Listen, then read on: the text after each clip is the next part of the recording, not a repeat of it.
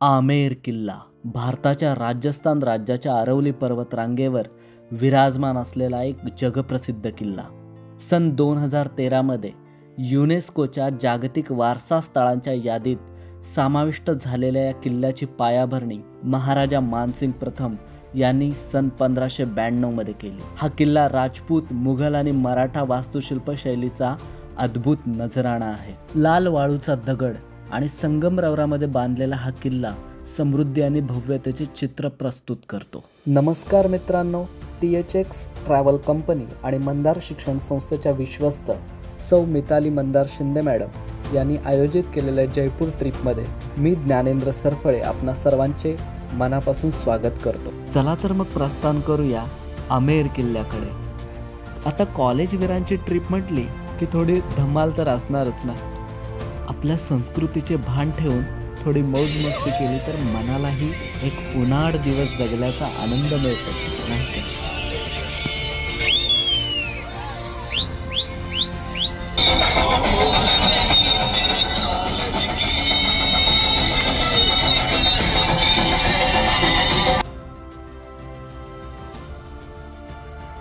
किल्ल्यामध्ये प्रवेश करण्याआधी आपल्याला हे वाद्य वाजवणारे लोक दिसतात. या वाद्याचे नाव आहे रावणहट्टा. भारतीय परंपरेत रावणहट्टाचा उगम श्रीलंकेमध्ये हेला लोकांमध्ये पौराणिक राजा रावणाच्या काळात झाला आणि त्यांच्याच नावावरून या वाद्याचे नाव रावणहट्टा असे ठेवण्यात आले.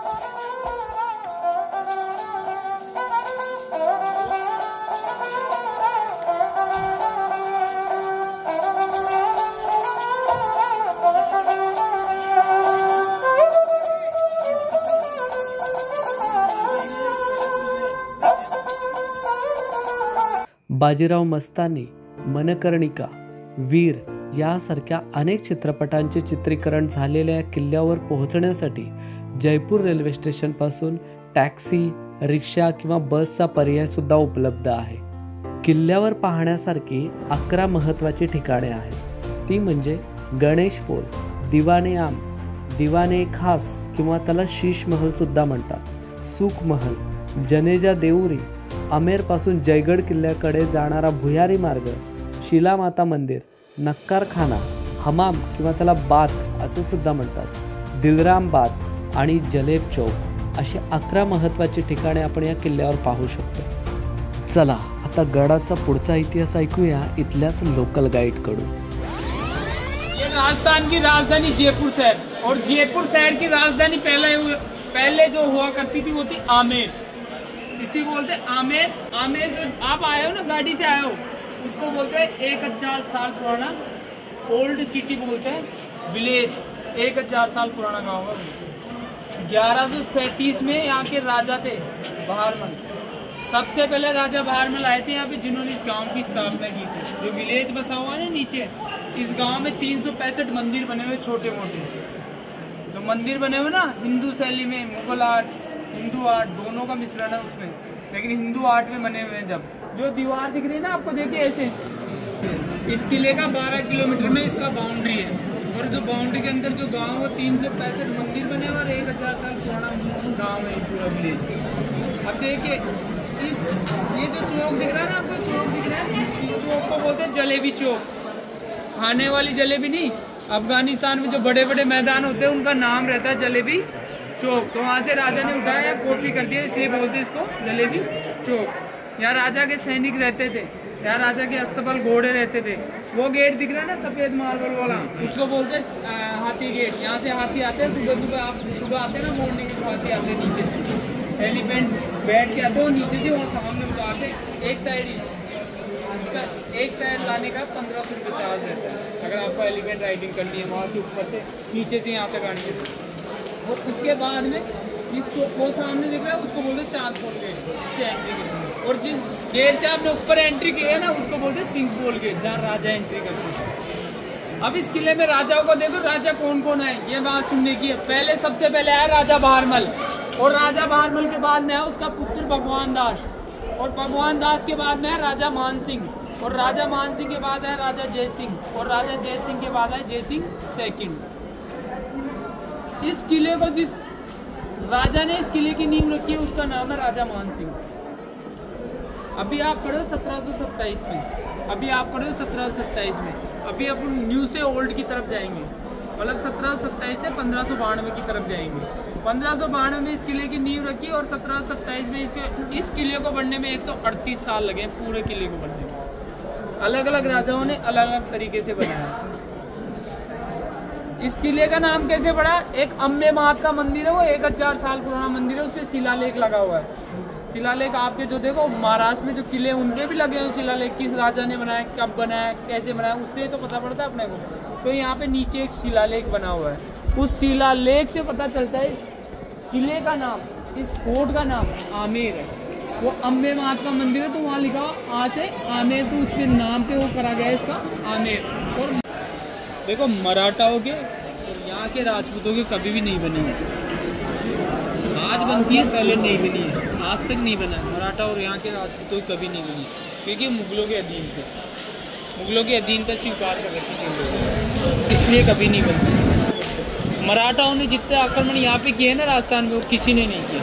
मराठाओं ने भरपूर आक्रमण किया है राजस्थान में, खूब लूटा है, खूब खजाना लूटा है यहाँ के राजपूतों का। फिर अंग्रेज आए, गोरे आए, उसके बाद में मराठा रुके, उससे पहले नहीं रुके, लूटपाट खूब मचे।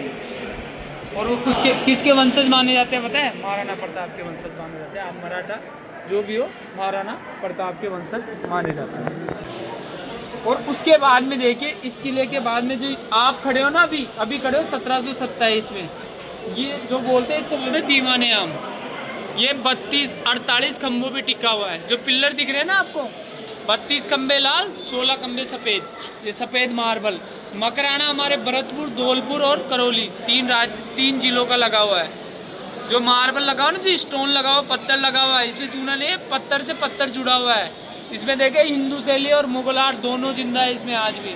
मुगल आर्ट कौन सी? गुम्बद टाइप है, इसको मुगल आर्ट बोलते हैं। और जो फूल का निशान है आती है, फूल से बने हुए ना, इसको हिंदू आर्ट बोलते हैं। ये 16 खंबे सफ़ेद दिख रहे हैं ना, यहाँ राजा जय सिंह के 16 मंत्री बैठा करते थे, 16 मंत्री बैठा करते थे उसके, राजा जय सिंह के। बीच में उसका वो लगता था, सिंहासन लगता था, और नीचे ना जेंट्स बैठा करते थे। पूरे चौक है ना, इसको बोलते दीवाने आम, इसीलिए बोलते थे मीटिंग हॉल।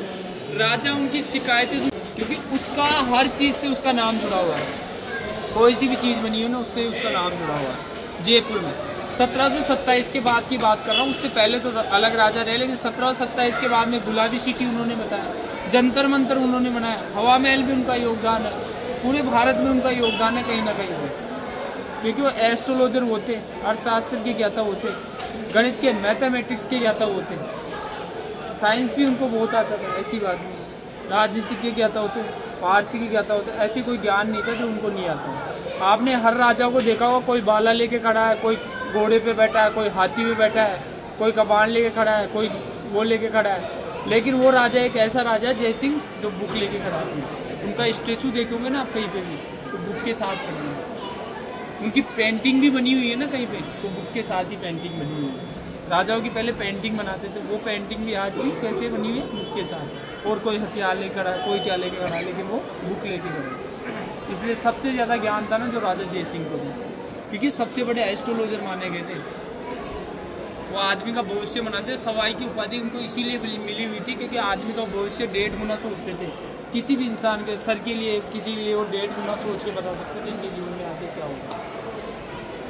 ये चीज़ उनमें सबसे ज़्यादा, इसलिए उनको सवाई की उपाधि मिली हुई थी, और वो खिलजी ने दी थी उनको, अलाउद्दीन खिलजी ने वो उपाधि दी थी। तो ये सबसे आगे निकलेगा, इसका नाम युगों युगों तक लिया जाएगा, लिया जा रहा है।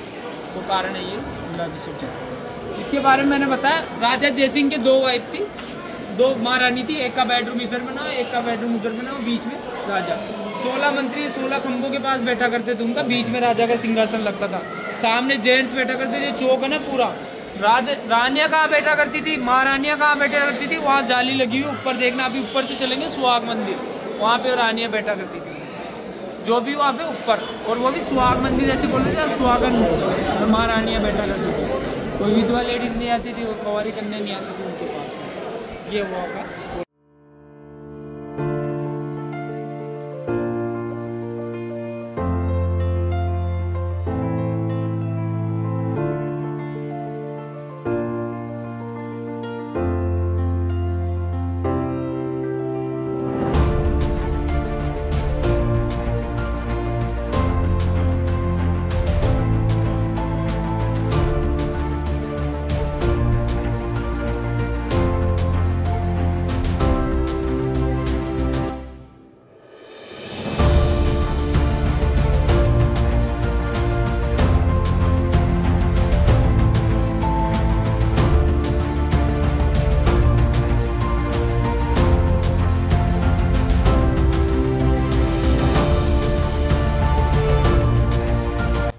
शीश महल किंवा पॅलेस ऑफ मिरर्स हे आमेर किंवा अंबर किल्ल्याचे मुख्य वैशिष्ट्य आहे.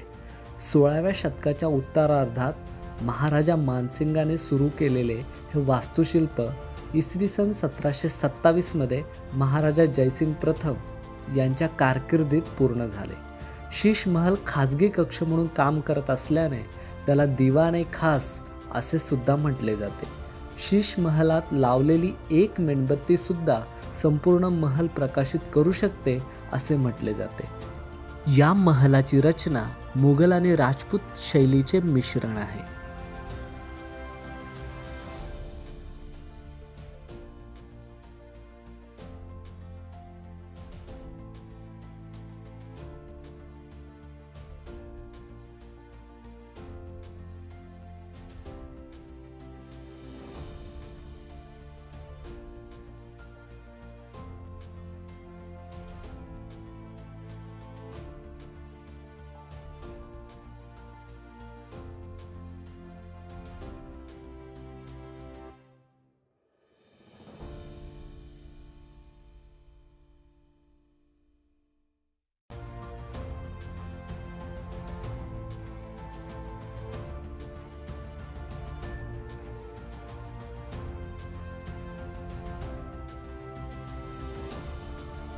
आमेरचा पहिला राजा भारमल यांची कन्या जोधाबाई यांचा जन्म आमेरमध्येच झाला. राजा भारमलाने काही राजकीय गरजांसाठी जोधाबाईंचे लग्न मुघल शासक अकबरासोबत करून दिले.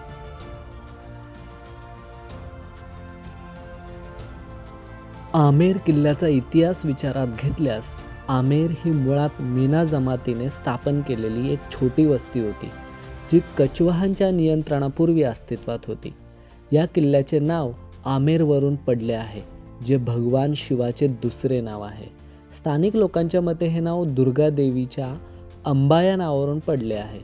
11व्या शतकात धुंदर म्हणून ओळखल्या जाणाऱ्या शहरावर कछवांचे वर्चस्व होते. 1592मध्ये राजा मानसिंग यांनी या किल्ल्याची स्थापना केली आणि पुढील 150 वर्षांमध्ये त्यांच्या वारसदारांनी त्याचा विस्तार केला आणि पुन्हा बांधला. भारतातील सर्वात जुना राजवाडा कादिमी महल हे या स्थानाचे पूर्वीचे नाव होते. तुम्हाला मी आमेर किल्ल्याचा थोडक्यात इतिहास आणि माहिती सांगितली. तुम्हाला जर हे आवडलं असेल तर जरूर आपल्या चॅनलला सबस्क्राईब करा, लाईक करा आणि शेअर करा. धन्यवाद.